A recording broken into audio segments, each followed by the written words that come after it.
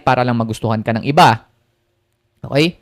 So, kung authentic at genuine ka, makaka-attract ka ng mga taong alam mo ding authentic at genuine sa'yo.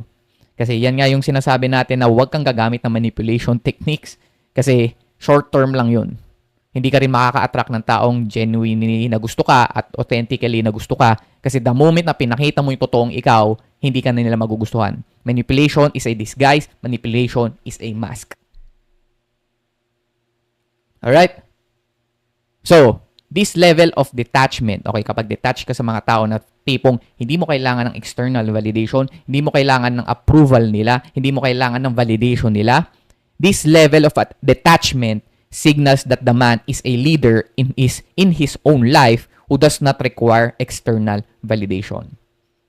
Okay? And women like leaders. Women are attracted to leaders. So kapag tinanggal mo yung need mo for validation, not only you will attract a lot of women, pero ma-maintain mo yung focus mo sa mga bagay na priority mo talaga. That's why it is really important to be a self-sustainable man. Self-sustainable man.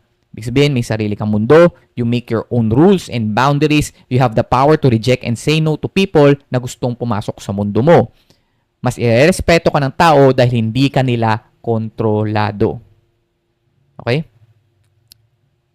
So, tandaan mo that respect is given to the man